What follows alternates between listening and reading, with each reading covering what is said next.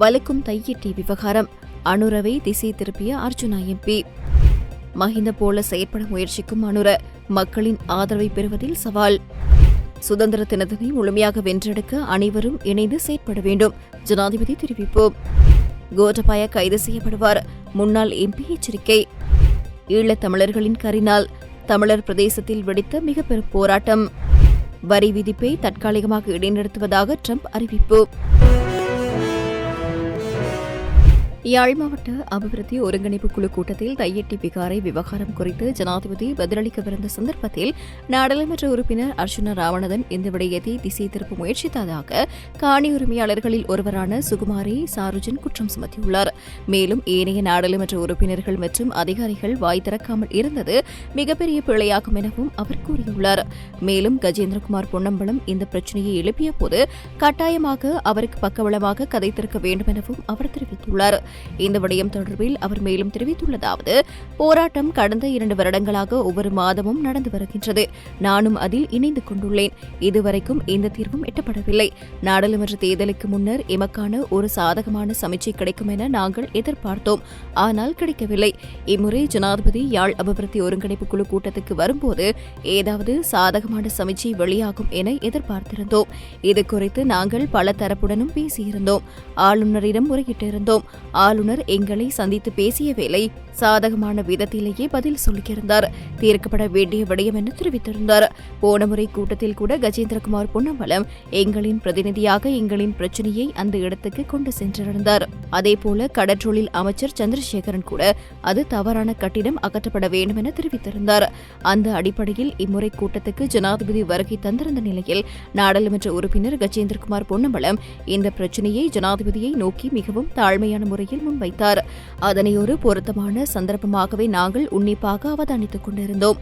அந்த சந்திப்பில் பிரதேச செயலாளர், ஆளுநர் ஆகியோரும் கலந்து கொண்டிருந்தார்கள். அந்த பிரச்சினைக்கு தீர்வை காண வேண்டிய மிக முக்கியமான நபரான ஜனாதிபதி இருந்தார். எங்களின் நாடாளுமன்ற உறுப்பினர்கள், அரசாங்க நாடாளுமன்ற உறுப்பினர்கள், ராணுவ தளபதிகள் என அனைவரும் அங்கு கூடியிருந்தனர். அந்த இடத்தில் ஜனாதிபதி விரும்பியோ விரும்பாமலோ ஒரு தீர்வை அல்லது பதிலை முன்வைக்க வேண்டிய இக்கட்டான நிலைக்கு நெருங்கிக் கொண்டிருந்த போது அதில் திடீரென குறுக்கே புகுந்த ராமநாதன் அர்ச்சுனா இந்த பிரச்சினையை நஷ்டஈடு வழங்கி தீர்த்துக் கொள்ளலாம், இவர்களின் அரசியல் செல்லுபடியாகாது என தெரிவித்துள்ளமையானது மிகுந்த மனவேதனையை தருகின்றது. மக்களின் பிரதிநிதியாக்கி நீங்கள் மக்களின் பிரச்சினையை ஒரு பொதுவெளியில் கதைத்திருக்கின்றீர்கள் என்றால் பாதிக்கப்பட்ட மக்களுடன் தொடர்பு பட்டிருக்க வேண்டும், கதைத்திருக்க வேண்டும். எம்முடன் அவர் எந்தவித தொடர்பையும் பேணவில்லை. பாதிக்கப்பட்ட மக்களுடன் எந்த தொடர்பையும் பேணவில்லை. அவர்களை தொடர்பு கொள்ளவில்லை. மேலும் ஜனாதிபதி கருத்து கூற முற்பட்ட வேளை அதில் குறுக்கிட்டு திட்டமிட்டு திசை திருப்பியதாகவே நான் கருதுகின்றேன். அந்த இடத்தில் மற்ற நாடாளுமன்ற உறுப்பினர்களின் மீதும் மிகுந்த விரக்தி ஏற்படுகின்றது. ஏனென்றால் நாங்கள் தனித்தனியாக எல்லா நாடாளுமன்ற உறுப்பினர்களையும் சந்தித்திருக்கின்றோம்.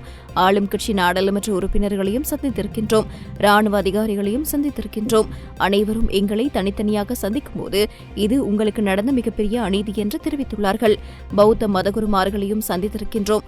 அவர்களும் இது உங்களுக்கு நடந்த மிகப்பெரிய அநீதி என தெரிவித்துள்ளார்கள். பௌத்த மதத்தை முறையாக பின்பற்றும் எவரும் இந்த அநீதியை முன்னெடுக்க முடியாது. இது தீர்க்கப்பட வேண்டிய விடயம். நாங்கள் ஜனாதிபதியிடம் இதுகுறித்து அழுத்தங்களை பிரயோகிப்போம் என தனித்தனியாக தெரிவித்திருந்தார்கள். ஆளும் கட்சி உறுப்பினர்கள் கூட இது தீர்க்கப்பட வேண்டிய விடயமே என கூறியவர்கள்.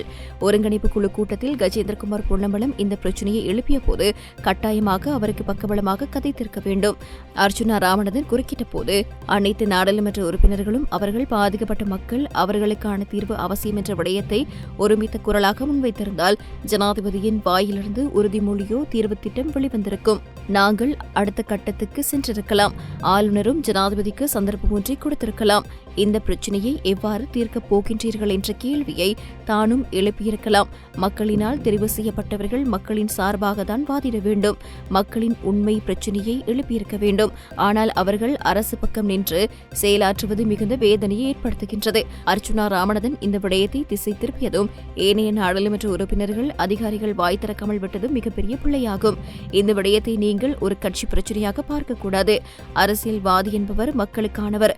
மக்களுக்காக அரசியல்வாதியொருவர் அந்த இடத்தில் வந்து நிற்கும் போது அதனை அரசியல் என தெரிவிப்பதை நான் எந்த இடத்திலும் ஏற்றுக்கொள்ள மாட்டேன் என அவர் தெரிவித்துள்ளார்.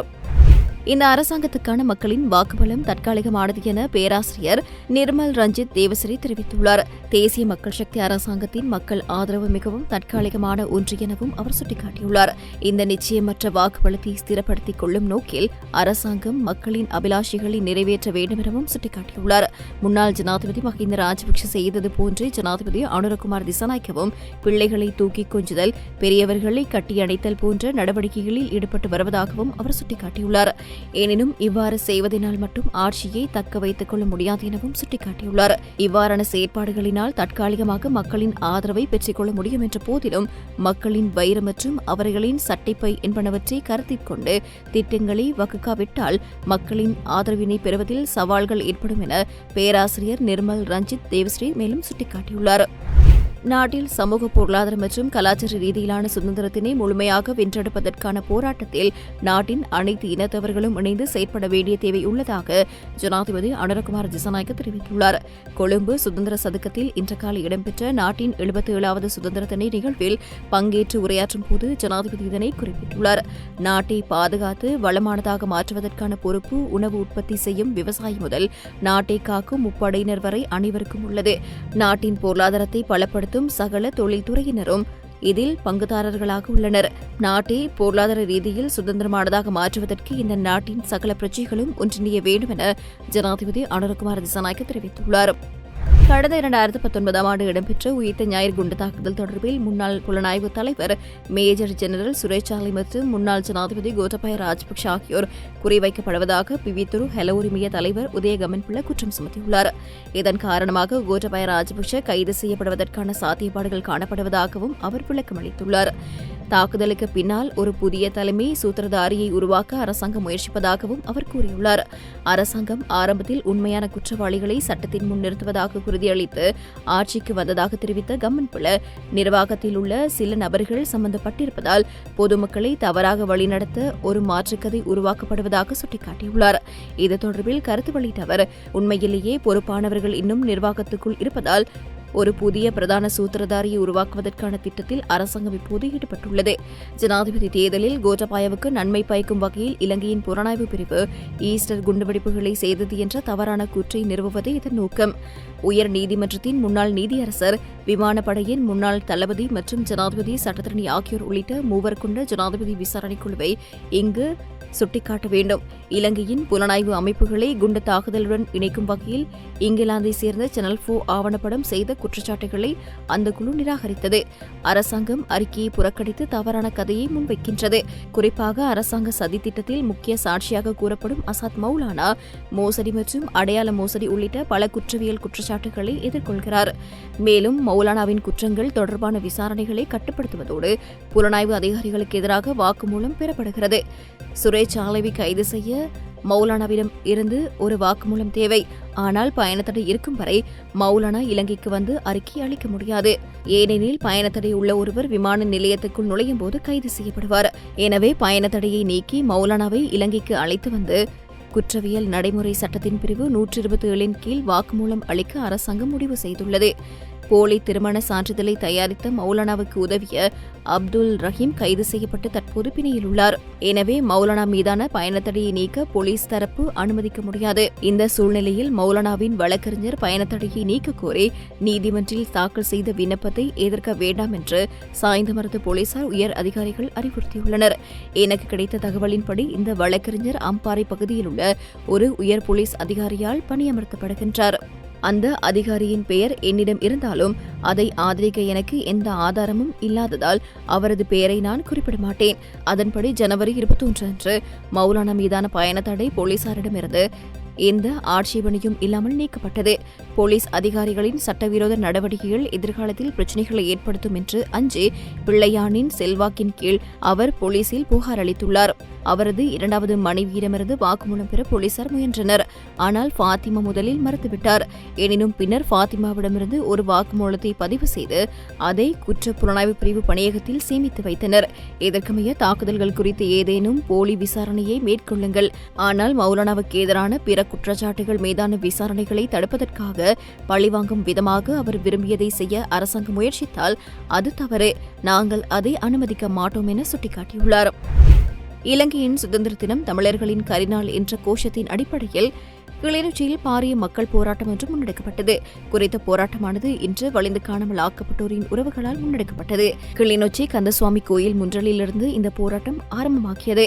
போராட்டத்தில் நாடாளுமன்ற உறுப்பினர்களான கஜேந்திரகுமார் பொன்னம்பலம், சிவஞானம் ஸ்ரீதரன், முன்னாள் நாடாளுமன்ற உறுப்பினர் செல்வராசா கஜேந்திரன், காணி உரிமைக்கான மக்கள் இயக்கத் தலைவர் ரத்னசிங்கம் முரளிதரன் உட்பட நூற்றுக்கணக்கானவர்கள் கலந்து கொண்டுள்ளனர். அத்தோடு எங்கே எமது உறவுகள், எங்கே வேண்டும் வேண்டும் நீதி வேண்டும், எமது நிலம் எமக்கு வேண்டும் மற்றும் வெளியேறு வெளியேறு ராணுவமே வெளியேறு என பாரிய கோஷங்களை எழுப்பிய வண்ணம் மக்கள் போராட்டத்தை முன்னெடுத்தனர்.